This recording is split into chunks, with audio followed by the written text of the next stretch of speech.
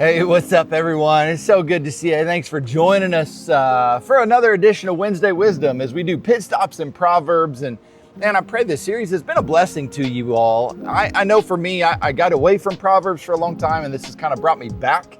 And today was one of those days to where I'm not gonna lie, it wasn't the best. You know, I had a plan. I think today, you'll see this tomorrow, but Wednesday the 19th.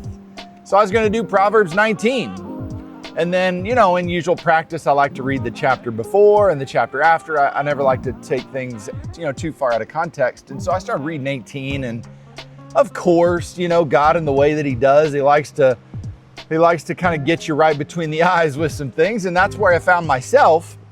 And so I don't know, maybe this applies to you. I would think it does. It seems anymore, it applies to all of us. I thought this would be a good spot to talk about things though, because, obviously the ocean behind me, there's a couple foot waves, it's a beautiful day, but it's not always like this, right? There's days where there's 20-foot waves out there and we get 100-mile-an-hour winds when a hurricane or a nor'easter's rolling in, and it's violent.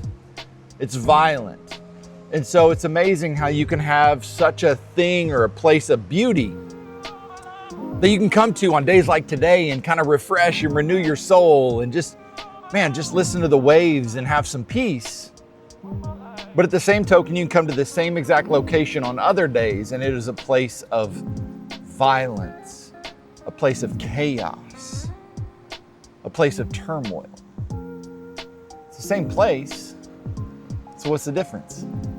And it got me thinking about, what God kind of laid on me today with Proverbs 18, and I don't know, maybe he's gonna lay it on you, is it kind of reminds me of our mouths, our tongue, our speech, right? Our mouths, the words that we speak can be super encouraging and uplifting. Like there's so much power in our words. Our words have the trajectory to totally change someone's day for good or for bad. It could be a nice compliment to a bank teller, like, I love your necklace, or wow, your hair's really pretty, or I hope you have a wonderful day. Just kindness, right? I've had that happen to me where I've had the worst day and I've had somebody just say something really generous and really graceful to me, and it just totally changed my whole state of being. On the flip side though, I have been in a great mood, just bebopping my way through the day, and somebody says something really incredibly rude to me, and I just let it ruin my day. At the end of the day, the words that we speak have power, the power that can literally change the trajectory of someone's day. And that's really what Proverbs 18 is all about. Like, there's a few different ones in here. I'm gonna camp on one, but it starts out, whoever isolates himself seeks his own desire, he breaks out against all sound judgment.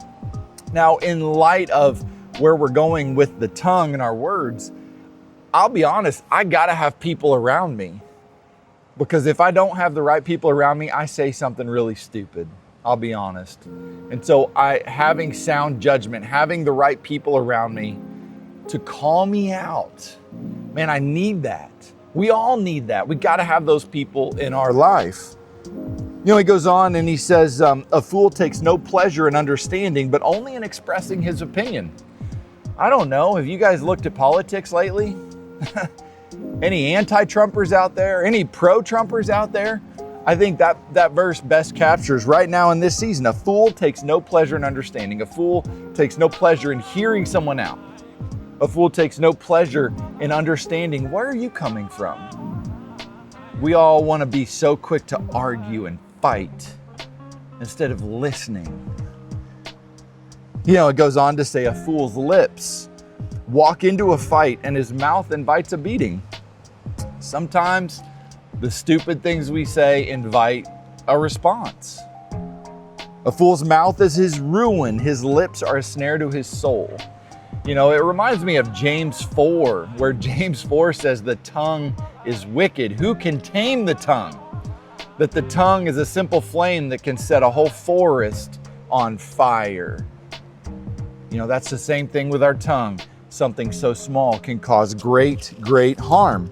But what I want to camp on today, and this is a big one, and I'll be honest, this is one I think we all need to put to memory. I have it to memory, and God brings it to light every once in a while. I kind of wish he'd bring it to light more, but it's simply this: death and life are in the power of the tongue. He who finds it, those who love it, will eat of its fruits. Death and life are in the power of the tongue, and those who love it will eat of its fruits. You know, it's this simple, man. When you are an encouraging person, an uplifting person, man, people want more of that. Because we live in a world that thrives on beating you down. We live in a world of negativity, of rejection, of discouragement, of hatred. More and more, it's all over the place. And so, like, as Christ followers, you know what? You don't have to beat people over the head with the Bible. You don't have to go argue for Jesus. You don't have to do any of that. You know, a great place to start? Be nice. Be nice. Especially people that believe differently than you. Politically, start there. But just be nice. Gosh, look what Jesus modeled. There's people that disagreed with him all the time, but he had kindness. And so I think, man, if anything, it's my reminder today of just to be nice. And you never know what somebody's going through. You never know what somebody's wrestling with. And you have the power to do something about it. You have that power. God gave it to you. It's called your mouth. And so, man, look for ways to encourage people today. Look for ways to uplift people today. Look for ways to just, I want to challenge you as much as I challenge myself. Give 5 compliments today, just 5. 5. Could be the guy at the gas station, could be your bank teller, could be your wife or your husband, your kids. 5 compliments. And see what changes. Try to build on that. Set a goal for yourself, because the world is constantly pulling us into negativity. The world is constantly pulling us into garbage. We have to fight back and fight with goodness.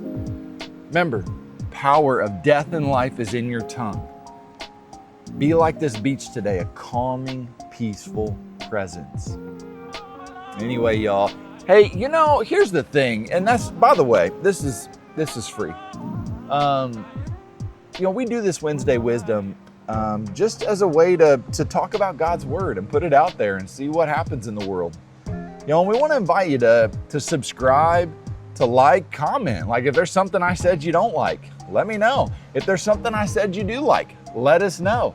Let's get the ball rolling to get the word out of what God is doing within IndyCar, because I got to tell you, I'm so excited for what God has done in 2025, but what he's preparing us for in 2026. Some really exciting things coming, and I can't wait to share those with you. Anyway, y'all, I've taken enough of your time. Have a great day. Look forward to seeing you next.